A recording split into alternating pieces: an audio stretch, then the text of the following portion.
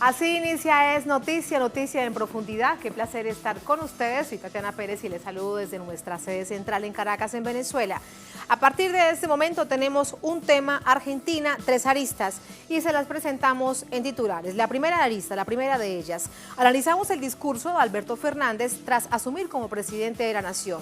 El devastador panorama económico que hereda el macrismo se llevó la mayor parte del tiempo. Habló de hambre, pobreza, inflación, deuda externa, desempleo y programa de emergencia social. Vamos a profundizar en ello.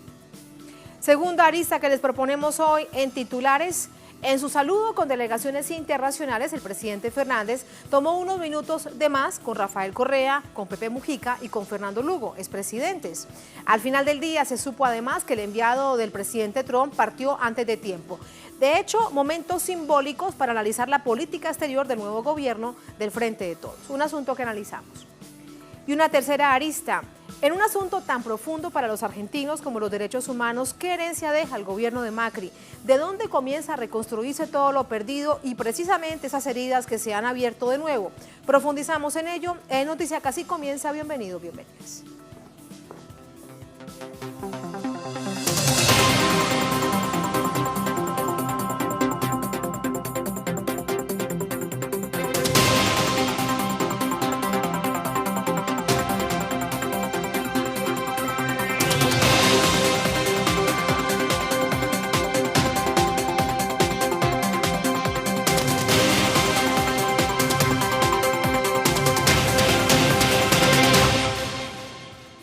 En Noticia Argentina, la primera arista. En un país, el virtual default es lo que recibe el nuevo presidente Alberto Fernández. Así lo dijo él mismo durante la toma de posesión este martes, a la vez que prometió poner de pie a la nación. Al referirse a la deuda externa, Fernández advirtió al FMI y a los tenedores de bonos internacionales que tienen la voluntad de pagar, pero no la capacidad. Primero arreglar la casa y después pagar. Detalles a continuación. En su discurso de toma de posesión, el presidente Alberto Fernández presentó el crítico panorama de la emergencia social que atraviesa el país con base en indicadores públicos y privados. La Argentina que Mauricio Macri deja a su sucesor a partir de este 10 de diciembre registra los peores datos de la situación social desde la crisis económica del Corralito en 2001. La inflación actual es la más alta de los últimos 28 años, según el Instituto Nacional de Estadística y Censos. Alcanzó un 55% a fines de este año. La situación social, por ende, se tornó crítica. La pobreza e indigencia están en los valores más altos desde 2008. Un informe del Observatorio de la Deuda Social de la Universidad Católica Argentina revela que la pobreza alcanza el 40,8% de los argentinos, es decir, 16 millones de personas, y la indigencia toca a un 8,9%, unos 3,6 millones de ciudadanos. Entre las causas del aumento de la pobreza bajo el mandato de Macri están la destrucción y precarización del empleo y la pérdida de poder adquisitivo. El INDEC señala que la pérdida del empleo privado fue del 1,42% desde 2015 al segundo trimestre de 2019.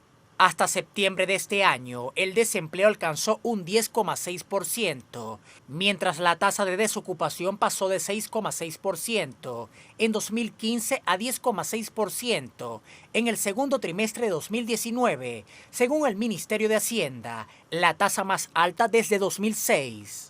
Claramente, la actividad empresarial se vio golpeada durante el mandato de Macri. De acuerdo con las cifras aportadas por Alberto Fernández, en los últimos 4 años se cerraron 20.000 empresas, de las que 4.229 eran empresas industriales. En tanto, 23 de las 24 ramas de la industria bajaron su nivel de actividad en 2018 respecto de 2015.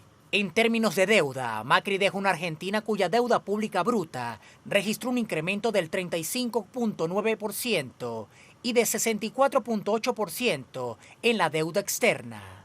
La moneda nacional, por otra parte, se debilitó progresivamente.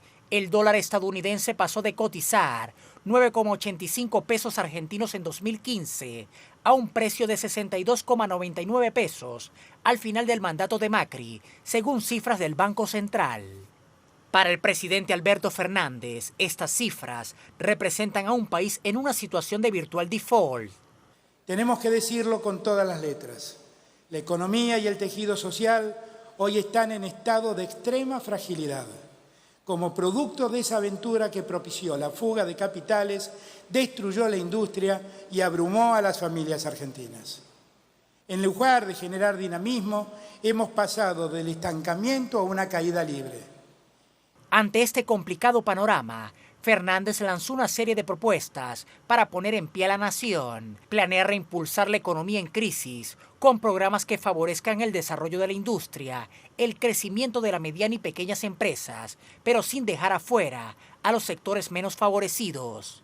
Fernández tiene claro que la primera piedra de tranca para lograr sus objetivos es la insostenible deuda pública que deja la gestión de Macri, incluido el préstamo del Fondo Monetario Internacional por $50.000 millones, una deuda calculada en más de 100 años.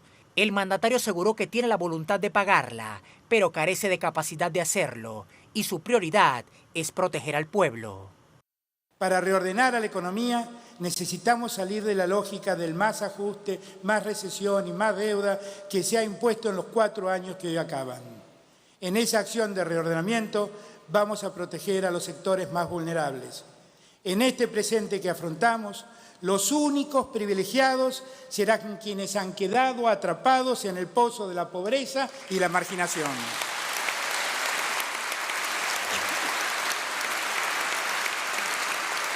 Necesitamos aliviar la carga de la deuda para poder cambiar la realidad.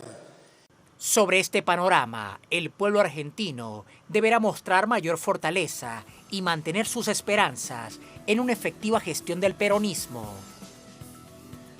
Fortaleza, esperanza y paciencia es lo que se ha dicho durante esta jornada, es lo que hemos escuchado en estos discursos. ¿Cómo finaliza ese día cargado de historia, cargado de simbolismo? Te preguntamos, Edgardo Esteban, muy buenas noches, adelante. Tatiana, es un placer saludarte en una jornada muy especial para el pueblo argentino.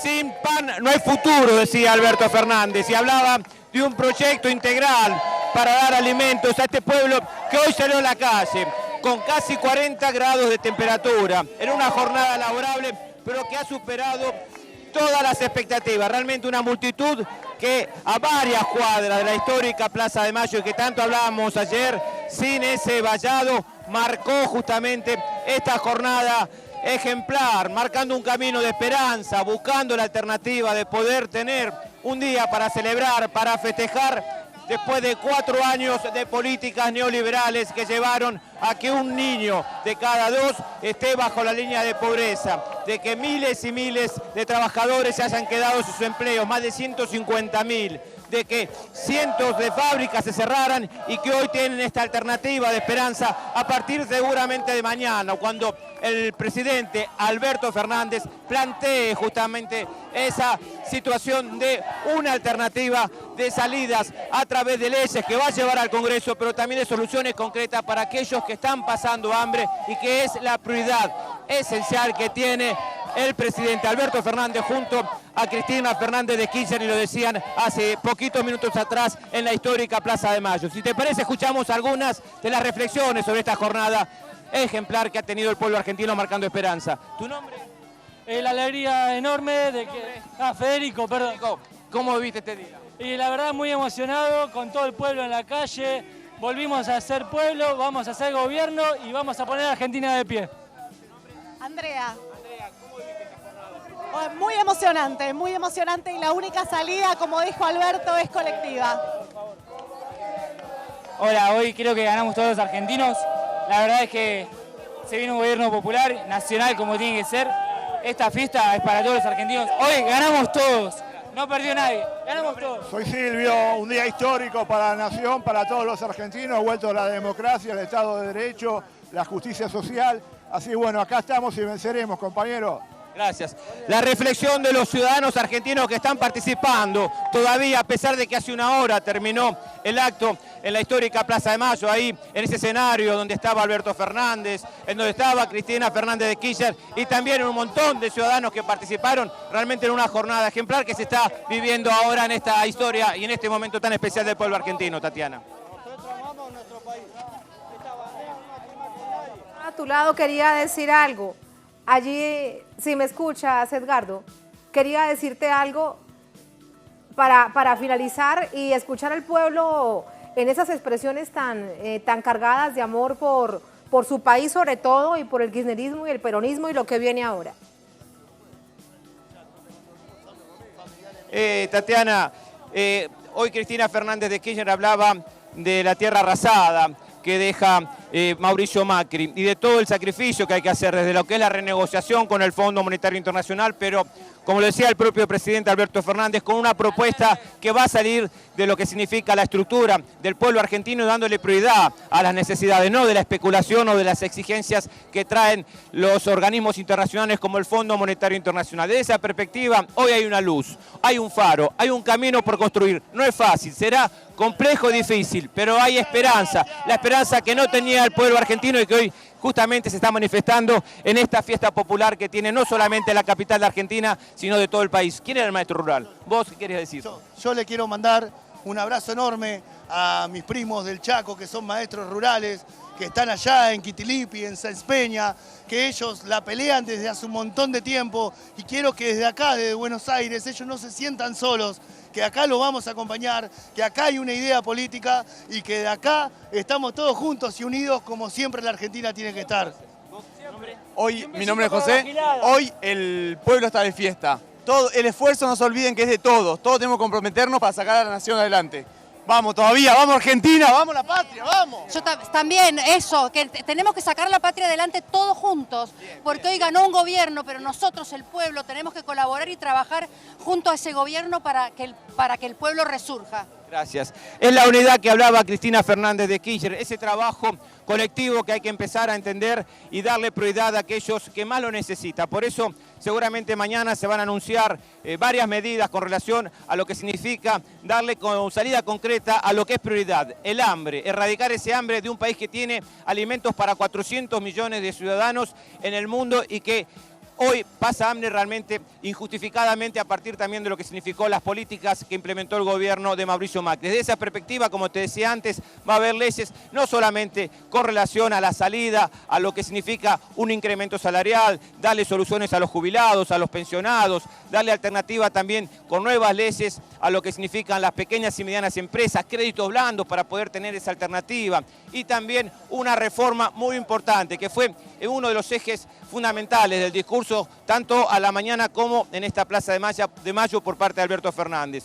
Una reforma en lo que significa la justicia argentina, por lo que es esta política de alianzas que tuvo la justicia con el gobierno de Mauricio Macri, con las corporaciones mediáticas, de estigmatizar, de meter presos a los opositores como parte de una campaña para erradicarlos, para que desaparezcan. Pero como hoy decía Cristina Fernández de Kirchner, el pueblo no olvida, tiene memoria y le da otra oportunidad a un gobierno que va a marcar un camino de esperanza y que se vive en esta fiesta popular que está aquí en las calles de la Argentina, como aquí, como la estamos viviendo en la propia ciudad de Buenos Aires, Tatiana.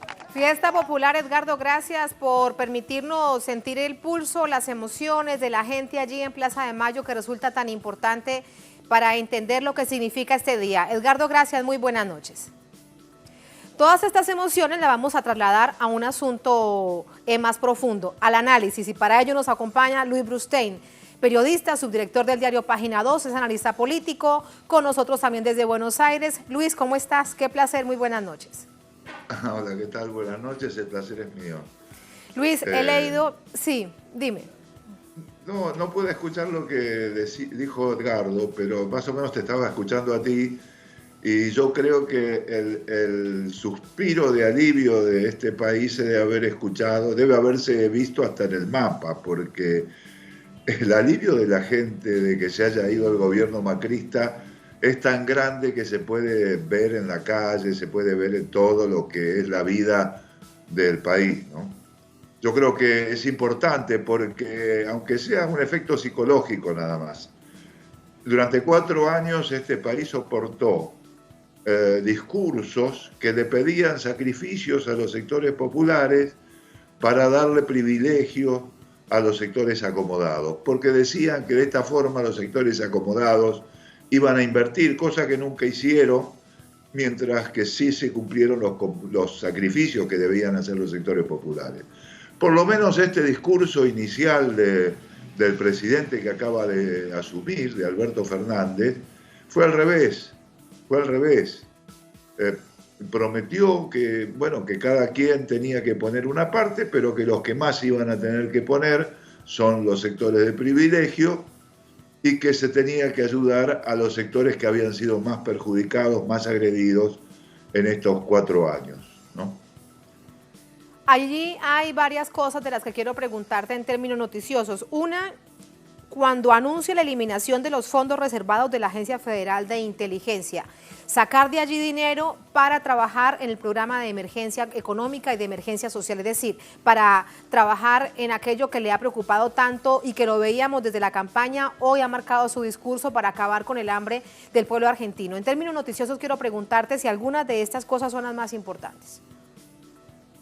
Pues yo creo que importa porque implica una definición con relación a la principal herramienta política que usó el macrismo para perseguir al principal partido de oposición, que era el peronismo, ¿no? Y el kirchnerismo.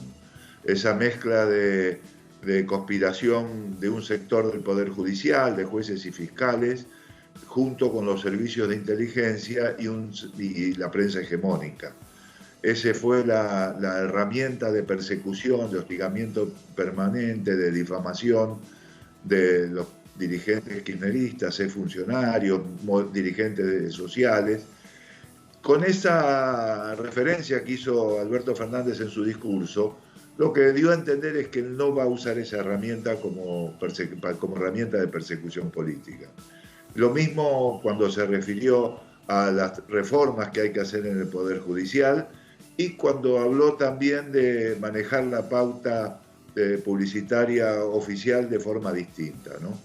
Dejar de pagar a periodistas que hablen a favor del gobierno. Dijo una cifra inmensa que el gobierno anterior gastó en pauta publicitaria, ¿no? Sí, ahora, leyendo atentamente tu artículo, Luis, aquí hay algo de lo que quiero preguntarte sobre el mismo tema económico y el poder empresarial que acompañó al gobierno de Macri durante todos estos 4 años y bueno, vemos el estado del país.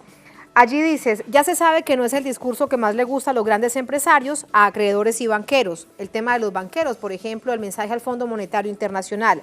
Pero valga la paradoja, si salva a los pobres, también los salva a ellos. El Estado entonces con que comienza en términos de relaciones el gobierno del presidente Alberto Fernández con el sector empresarial del país.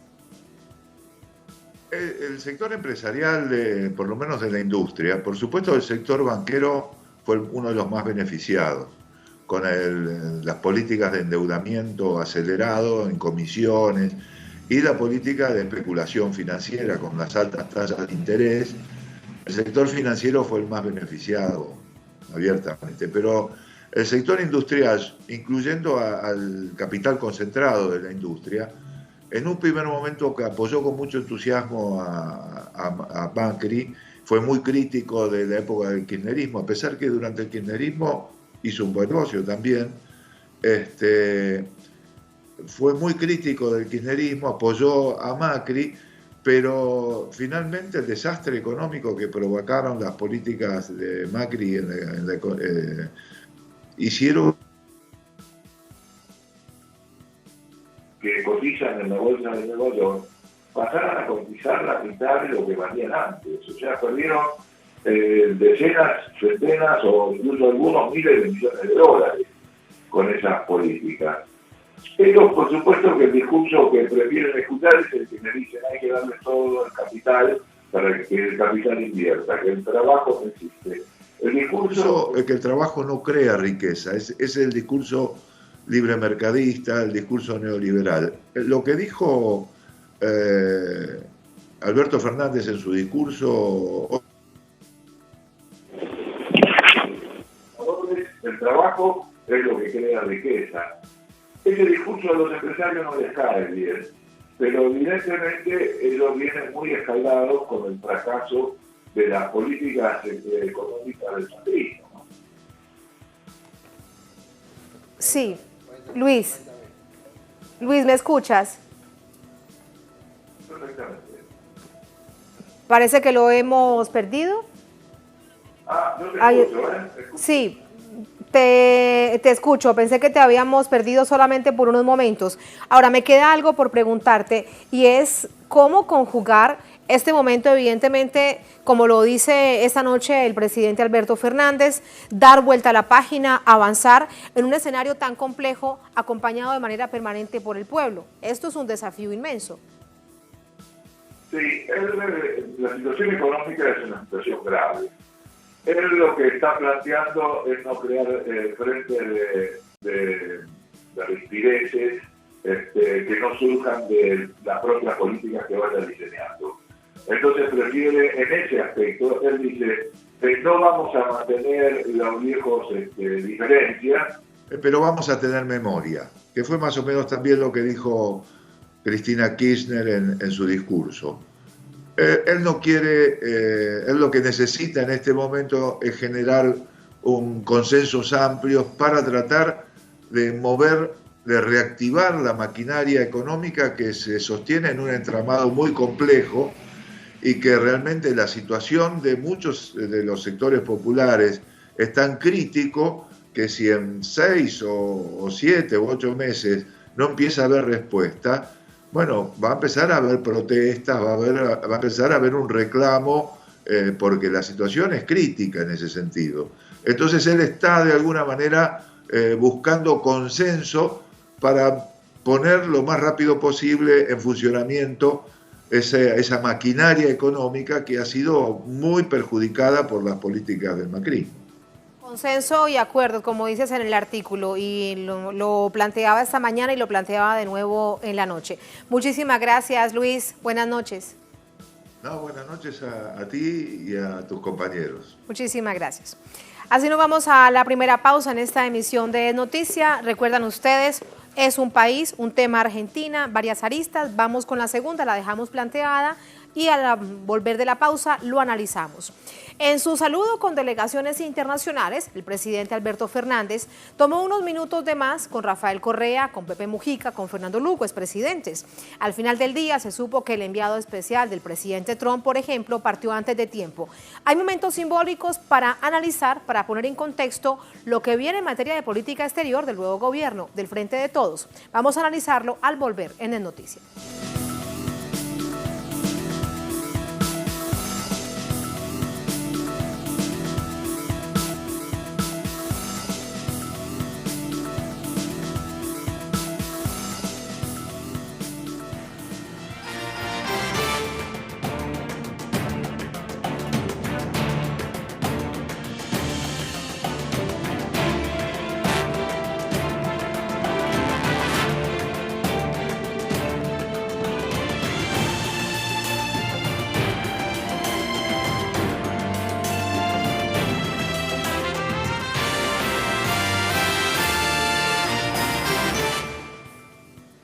En Noticia Argentina, la segunda arista, jefes de Estado, delegaciones de distintas partes del mundo acompañaban durante esta mañana la toma de posesión del nuevo presidente Alberto Fernández. Los expresidentes de Ecuador, Rafael Correa, José Mujica de Uruguay, asistían como invitados especiales. Tenemos más detalles a continuación. Mandatarios y representantes de países de todo el mundo acompañaron la investidura del presidente Alberto Fernández. Entre apretones de manos y abrazos, el presidente de Cuba, Miguel Díaz-Canel, vicepresidente de Comunicación de Venezuela, Jorge Rodríguez, presidente de Paraguay, Mario Abdo Benítez, presidente de Uruguay, Tabaré Vázquez, acompañado del presidente electo, Luis Lacalle Pou, la secretaria de Gobernación de México, Olga Sánchez Cordero, le dieron su respaldo al nuevo jefe de la Casa Rosada. Uno de los momentos emblemáticos que captó la atención de muchos fue el saludo entre Alberto Fernández y el expresidente uruguayo José Mujica. Ambos compartieron risas y abrazos un par de minutos. Este momento se repitió con el expresidente de Ecuador, Rafael Correa, quienes conversaron en un tono más privado. También asistieron como invitados especiales los expresidentes Fernando Lugo del Paraguay, Martín Torrijos de Panamá y el ex canciller brasileño Celso Amorín. El líder peronista Alberto Fernández aseguró que su gobierno apostará por una América Latina unida, en donde prevalezca la paz. Seguimos apostando por una América Latina unida, para insertarnos con éxito y con dignidad en el mundo. En 1974 el general Perón señalaba que a niveles nacionales nadie puede realizarse en un país que no se realiza. De la misma manera, a nivel continental, ningún país podrá realizarse en un continente que no se realice. En materia de relaciones internacionales, Alberto Fernández aseguró que procurará mantener buenas relaciones con uno de sus socios estratégicos como lo es Brasil. A pesar de los roces entre Bolsonaro y Fernández, a última hora, el mandatario brasileño rectificó de no participar en los actos y envió a su vicepresidente, Hamilton Mourão, a la investidura de Fernández. Vamos a analizar esta arista que les proponemos ahora, la política internacional de Argentina, a partir de ahora con Héctor Bernardo, profesor de la Universidad de La Plata, periodista y escritor, nos acompaña precisamente desde La Plata. Profesor Bernardo, ¿cómo está? Buenas noches. ¿Qué tal, Tatiana? ¿Cómo está? Muchas gracias. ¿Qué le espera? Vamos a entrar en materia de una vez. A la Argentina ahora en materia de política exterior. Veíamos además expresidentes progresistas como invitados especiales. Sí, va a haber un giro de 180 grados respecto de lo que fue la política macrista, que había cambiado justamente respecto de lo que había sido la política kirchnerista durante todos estos años. Argentina va a volver de la mano de Alberto Fernández a la lógica del peronismo, que tiene tres banderas grandes que siempre lo han marcado, que es la justicia social, la independencia económica y también la soberanía política. Argentina había perdido la soberanía política con Mauricio Macri. Argentina se había transformado en un bastión de Estados Unidos. La política exterior argentina se definía en Washington, no la definía Macri, así como la política económica argentina la definía el Fondo Monetario Internacional. La política exterior argentina la definía el Departamento de Estado de Estados Unidos. Eso se acabó desde ahora. Vuelve a haber soberanía política en Argentina en relación a la idea de construcción de la patria grande. Alberto Fernández lo ha señalado en más de una oportunidad, ha criticado el lawfare contra Luis Ignacio Lula da Silva, contra Rafael Correa, contra la propia Cristina Fernández en el caso de Argentina, pero hablando en el plano internacional, contra Rafael y contra Luis Ignacio Lula da Silva en Brasil. Ha criticado duramente el golpe de Estado en Bolivia, llamándolo golpe de Estado como debe ser, y ha señalado en su discurso de hoy el derecho de los pueblos a levantarse contra el modelo neoliberal, haciendo referencia a lo que sucede en Chile, en Ecuador y en Colombia. Realmente hay un giro, una recomposición de lo que ha sido la histórica política internacional de Argentina, tomando distancia de Estados Unidos, sin enfrentarse, sin ir al choque con Estados Unidos, pero diciendo no somos más una sucursal, esto no es más un virreinato de Estados Unidos, somos un país soberano, un país independiente y vamos a tomar nuestras propias decisiones. Profesor Bernardo, a propósito de los Estados Unidos, tenemos un titular, además de Clarín, que es uno de los más destacados, seguramente usted ya lo vio. Dice esto: tensión con Estados Unidos, molesto el enviado de Donald Trump se fue antes de la jura de Alberto Fernández por la presencia de un funcionario de Nicolás Maduro. Precisamente ahí está en pantalla, vamos a ponerlo en full pantalla para que ustedes lo revisen. Y vamos a subir además para contar parte de lo que allí dice. Aquí está. El enviado especial de Trump a la asunción de Alberto Fernández, Mauricio Clever Carón, se fue antes de lo pautado. Decidió incluso no asistir este martes a la ceremonia de traspaso de mando, suspendió entrevistas que tenía previstas para el miércoles con el nuevo presidente y con el canciller Felipe Solá. Fue tras su fuerte y manifiesto disgusto por la presencia del ministro de Comunicación del régimen, así le dicen, de Nicolás Maduro, quien figura en la prohibición de entrada a la Argentina y a otros países, también por la visita del ecuatoriano Rafael Correa, con pedidos de prisión preventiva en su país y por los planes del nuevo gobierno de Fernández de asilar en Argentina al boliviano Evo Morales, que está ahora en Cuba a la espera de un posible retorno a Sudamérica. Esto, reiteramos, es el artículo de Clarín, uno de los principales titulares de su página principal también. Pero bueno, es lo que viene ahora para Argentina, las dos orillas claramente marcadas del gobierno de Donald Trump y el gobierno de Alberto Fernández. ¿Qué implicaciones crees que puede tener esto?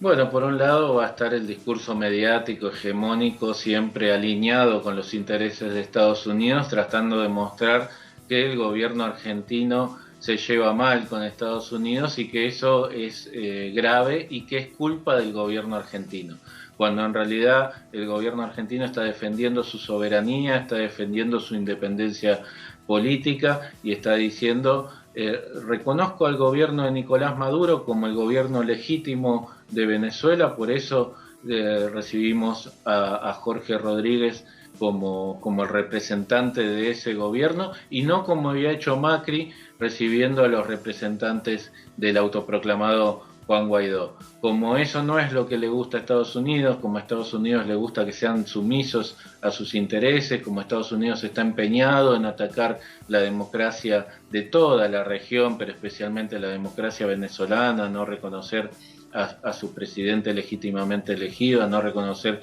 a su gobierno ni a la voluntad popular de los venezolanos, Clarín y todos los medios hegemónicos se alinean con ese discurso norteamericano y esto es un gesto casi payasesco del representante de Trump de venir sabiendo, porque estaba la información que venía el representante del gobierno de Nicolás Maduro. Entonces es venir a hacer un gesto, como decimos aquí en Argentina, para la tribuna y después irse haciéndose el enojado. Realmente se pueden ir todas las veces que quieran, Argentina va a seguir siendo soberana, sin Mauricio Macri en la Casa de Gobierno, Argentina va a recuperar esa independencia que siempre tuvo, ese respeto por su territorio, ese respeto por sus decisiones políticas, y si a Estados Unidos no le gusta y quiere seguir haciendo gestos ampulosos, que los haga, que los grupos hegemónicos que están a su servicio los van a repetir, pero los argentinos vamos a estar muy contentos de volver a tener soberanía. Les quedará el titular por unos días o por unas horas, ya veremos. Muchísimas gracias, profesor Bernardo, por ese análisis. Buenas noches. Muchísimas gracias a ustedes. Así nos vamos a la segunda última pausa en esta emisión de Noticia con un tema Argentina. Tenemos la tercera arista que sin duda es transversal a todo lo que ha venido sucediendo en los últimos 4 años en el país. En un asunto tan profundo para los argentinos como los derechos humanos, nos preguntamos qué herencia deja el gobierno de Macri. Es importante hacer un punto de aparte en el balance. ¿De dónde comenzar a reconstruir lo perdido? Un asunto que profundizamos en minutos. Ya venimos, estamos en el Noticia.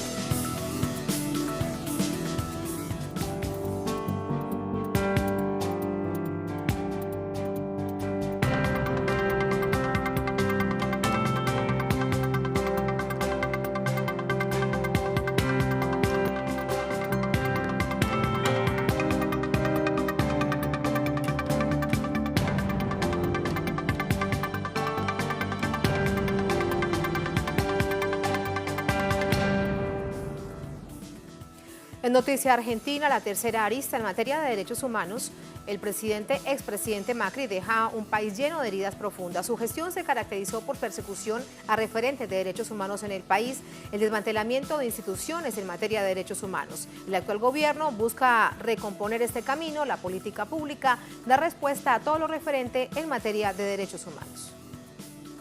Durante la gestión de Mauricio Macri, miles de personas fueron víctimas de la postura negacionista del expresidente sobre los crímenes y violaciones de derechos humanos durante la dictadura, que implicó en un vaciamiento de la memoria histórica.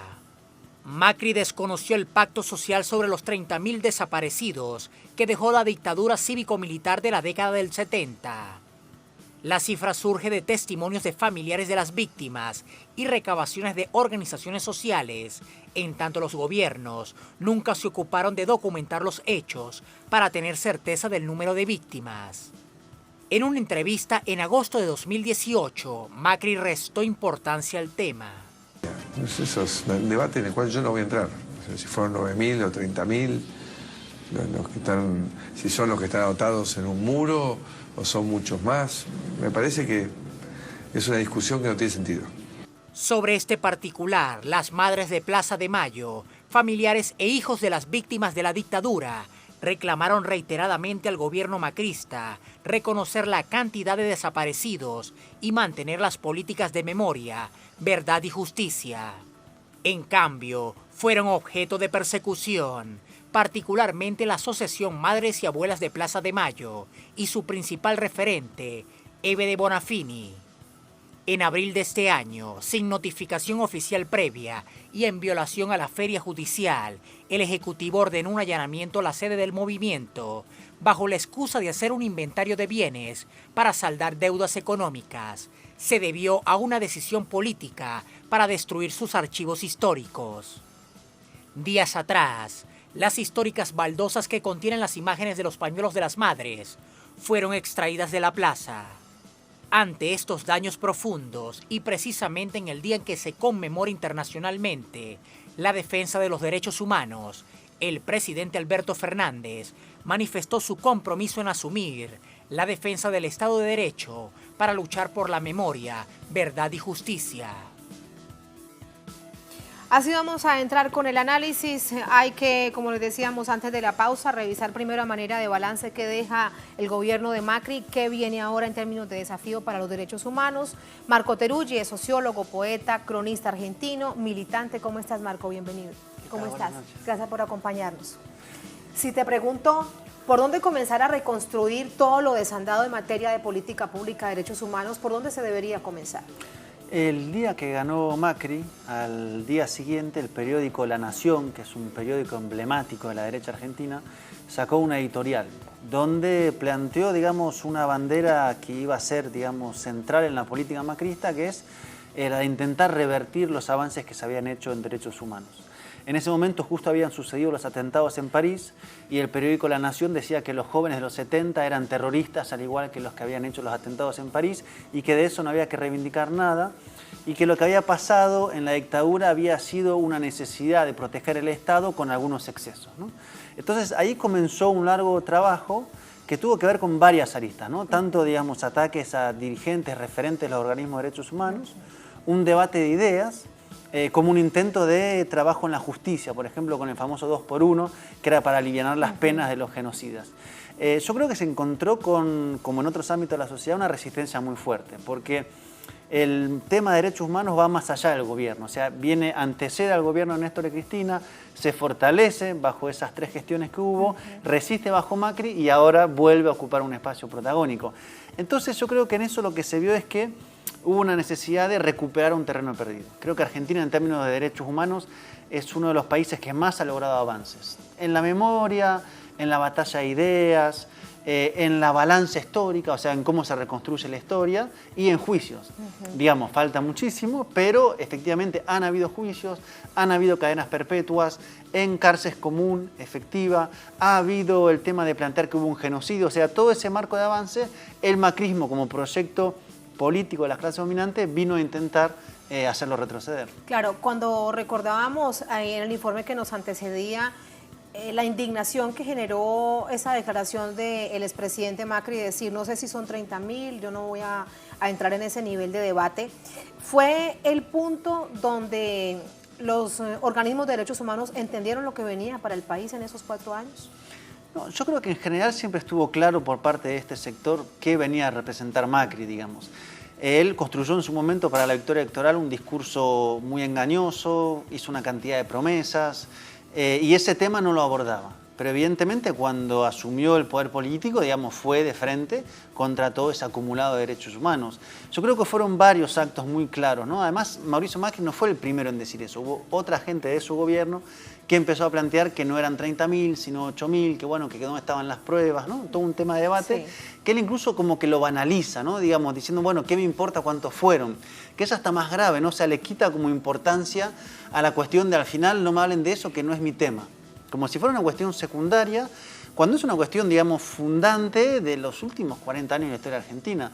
O sea, no se entiende un núcleo de la resistencia a la dictadura cívico-militar sin los derechos humanos, no se entiende los años 80 con Alfonsín y el radicalismo sin los primeros juicios que después fueron revertidos, no se entiende, digamos, el proceso de Néstor y Cristina sin los organismos de derechos humanos. O sea, la historia argentina no la entendés en sus últimos años sin esa construcción de derechos humanos. Entonces, ese trabajo que hizo él en realidad es lógico.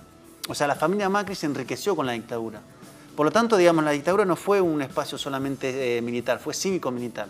Hubo un sector, digamos, de los altos mandos militares que condujeron un plan represivo y un sector económico que benefició a empresarios. La familia Macri directamente fue beneficiada, por lo tanto él defiende ese proyecto. Claro, si lo revisamos desde esto que nos dices, ahí encontramos entonces el porqué de la persecución a madres y abuelas de Plaza de Mayo, a las más emblemáticas, Abe de Bonafinia, Estela de Carlotto. ¿Es eso lo que había detrás o es que hay algo más en ese intento de judicializar la fundación? Hay un intento de desacreditar. Por ejemplo, cuando ellos ganaron, salieron con carteles que decían no más era curro de derechos humanos. O sea, como si los derechos humanos fueran una forma de ganarse la vida. Como si la gente se hubiera corrompido ahí. O sea, el trabajo era deslegitimar a los principales referentes del movimiento de derechos humanos. Desde Estela a Carlota, a Nora Cortiñas, a quien fuera. El objetivo era golpear para que eso cayera, porque la verdad es que tiene mucho prestigio el movimiento de derechos humanos en Argentina. A pesar de que hay sectores... Marco, y a nivel mundial. Tiene un prestigio a nivel mundial. Entonces, ahora, yo tampoco lo particularizaría en el sentido de que solo fue a derechos humanos. Si uno ve la persecución del macrismo, fue, diría, a todos los sectores que se pusieron en resistencia. Desde el pueblo mapuche hasta dirigentes de movimientos sociales, hasta sindicalistas, digamos, el conjunto de los sectores que se movilizaron fueron reprimidos, deslegitimados, pero lo que uno ve con mucha, digamos, alegría porque no se lograron hacer es cuánto se resistió. O sea, no se entendería la victoria de Alberto Fernández sin todo un trabajo permanente de calle. Si uno revisa los últimos 4 años del macrismo, se va a encontrar con imágenes mensuales, semanales, casi diarias de movilizaciones en las calles, gigantescas. Tanto el 24 de marzo como cuando fue el 2x1 en la justicia para intentar alivianar las penas de los genocidas. Que luego, por fortuna, se bloquea. Al final se bloquea el 2x1. Se bloquea porque no hay consenso posible. Yo creo que el macrismo tuvo esta lógica de intentar avanzar lo más lejos posible, ver si había posibilidad y si no, tirarse para atrás. Eso fue un poco la lógica que aplicaron. Y en eso no pudieron. Entonces yo creo que lo que queda demostrado es que ese núcleo de derechos humanos es multigeneracional además, ¿no? Si uno ve, primero la plaza de hoy, digamos, si aparece una abuela o una madre, hay un respeto, hay un cariño. O sea, se han ganado un lugar en la historia nacional latinoamericana gigantesca. Y a mí lo que me da mucha satisfacción es eso, que no lo han logrado como destruir, ¿no? Sí. O sea, Eve, Nora, Estela, la historia completa que eso representa es gigantesco. Y además no es una cuestión del pasado. O sea, faltan más de 300 nietos y nietas por recuperar su identidad, faltan muchos genocidas por estar presos, o sea, falta muchísimo todavía. Con respecto a hechos prácticos, hubo disminución de recursos a los institutos que trabajaban en materia de derechos humanos, hubo cierres de museos de la memoria, es decir, todo lo que significaba la verdad, la justicia, pensar además en términos de reparación, fue golpeado de distintas maneras. Si yo te pregunto ahora, ¿también hay que comenzar por allí o recomenzar por allí? ¿Qué hacer? Porque evidentemente, y te pregunto esto, por ejemplo, con el tema del banco de los ADN. Madres de Plaza de Mayo denunció durante todos estos 4 años que se estaban quedando prácticamente sin recursos para continuar en algo que resulta fundamental y que es emblemático en el mundo, y es la recuperación de los hijos y nietos. Sí, yo creo que me da la impresión que eso va a pasar. Es decir, es un gobierno que va a apostar, digamos, a trabajar la cuestión de los derechos humanos. Fíjate que en el gabinete hay 3 ministros que son hijos de desaparecidos, ¿no? Ah, sí. Entonces es una cuestión muy importante. Juan Cabandier, Guado de Petro, ahí está representado esa historia larga. El gobierno, digamos, hay que verlo también como unos múltiples actores, ¿no? O sea, no solamente pensar el presidente, sino el conjunto de actores que conforman el frente de todos. Desde ahí se va a empujar la construcción de derechos humanos. Lo que hay que hacer es poner política, digamos. Yo creo que el macrismo apostó a veces no a confrontar, sino a secar. O sea, dejar que, por ejemplo, una Secretaría de Derechos Humanos se quedara sin recursos, sin política, sin despedir, sí, para no generar, digamos, revueltas, protestas, pero dejar que eso se quedara ahí quieto en una oficina, digamos, ¿no? Entonces hay que recuperar la política de Estado y después los movimientos de derechos humanos tienen que seguir trabajando en el Estado y fuera del Estado, ¿no? Entonces eso me parece que es lo que se viene ahora. Claro, pero en todo caso es un camino que viene y pareciese, también lo hemos escuchado de algunos referentes, que en estos 4 años se perdió mucho de lo que habría podido hacerse. Cuando hablamos en términos de derechos humanos, parecía, además con algo tan profundo para el pueblo argentino, que necesitan avanzar rápidamente. No, además hay una cuestión de tiempo, digamos. O sea, los genocidas son personas mayores que se van muriendo y se van muriendo impunes. O sea, en el fondo, entonces, cuando tienen ese nivel de preocupación, ¿es eso? Absolutamente. Digo, esto que decía, por ejemplo, Elisa Carrió, que bueno, que son viejitos, que tienen derecho a estar en su casa, tranquilos. Bueno, en realidad lo que les quieren garantizar es una muerte en la impunidad, digamos. Ahora, el tema, hay una cuestión, digamos, de tiempo, tanto para los genocidas como para las abuelas y las madres en la Plaza de Mayo, digamos. O sea, cada vez son menos, por una cuestión de edad. Entonces, la justicia, digamos, cuando llega tarde ya es menos justa. O sea, hay nietos y nietas que cuando recuperen su identidad no van a tener más a sus abuelos y abuelas. En el caso de mi prima, por ejemplo, que fue secuestrada, ya no tiene más abuelos ni abuelas. Eso, digamos, ahí hemos perdido una cuestión de la batalla. Aunque la encontremos o no se encuentre, en ese momento los 30 años de búsqueda ininterrumpida van a tener un faltante. Entonces, digo, frenar en un tiempo que va peleando contra el envejecimiento es un acto, digamos, muy claro de sabotaje. ¿Cuál es el nombre de tu prima? Clara Nay. Clara Nay. 30 años en que la están buscando. Ella cumplió 42 años, 43, perdón. Fue secuestrada el 24 de noviembre de 1976, cuando mataron a mi tía, y desde entonces se la está buscando. Digo, y en ese caso hay muchas familias. Entonces, digo, frenar es frenar la posibilidad de que haya justicia. Es detener. Yo creo que lo que se ha sembrado es tan grande que aunque un gobierno intente deslegitimar, atacar, secar, criminalizar, no lo logra. De hecho, se han recuperado nietos y nietas, la gente se acerca porque creo que se ha construido algo muy importante que es una victoria en la batalla de ideas. O sea, es muy difícil hacer, como se decía antes, que bueno, en los 70 eran terroristas, que las madres y las abuelas no se ocuparon de sus hijos, que son todos culpables de haber hecho algo malo. O sea, acá ha quedado claro para una mayoría de la sociedad que hubo una dictadura, que fue un terrorismo de Estado, y una generación que intentó pelear para construir otro país. Y que esa generación estaba al lado del bien, para decirlo en términos esquemáticos, y el genocidio al lado del mal. Claro, para despedirte, y el papel de la juventud durante todos estos 4 años en términos de la resistencia, sobre todo porque son aquellos que han recibido la historia, pero que evidentemente no la vivieron. No, gigantesco, gigantesco. La juventud, por ejemplo, asumió en Buenos Aires como legisladora Ofelia Fernández, que es la legisladora más joven de la historia argentina, de Latinoamérica. O sea, hay una nueva juventud que ha emergido, que es siempre como nueva y con nuevos desafíos. No viene marcada por el primer kirchnerismo, ni por la resistencia en 2001, se fogueó con la resistencia al macrismo. O sea, ahí hay muchas generaciones cruzadas. Creo que hoy la Avenida de Mayo, la Plaza de Mayo, el Congreso era una muestra de muchas generaciones encontradas. La de mis padres, hasta algunos abuelos, hasta los que vienen apareciendo ahora y se van a sumar a la lucha. Y te perdiste ese momento. Me hubiera encantado estar, pero cada uno está en su trinchera en su momento. Muchísimas gracias, Marco. Un placer como siempre. A vos. Gracias a ustedes por habernos acompañado. Así ponemos punto final a esta emisión de Noticias. Cerramos nuestra pantalla tradicional. Nos quedamos en redes sociales, @Noticia Telesur, @Tatiana Telesur. Vamos a dejarlos con las mejores imágenes desde la emotividad de lo que ha significado este día histórico para la Argentina. Y en algo que también saben, como la música y el disfrute. Con eso los dejamos. Hasta mañana. La gente estaba esperando para salvar a Argentina, que salgamos adelante.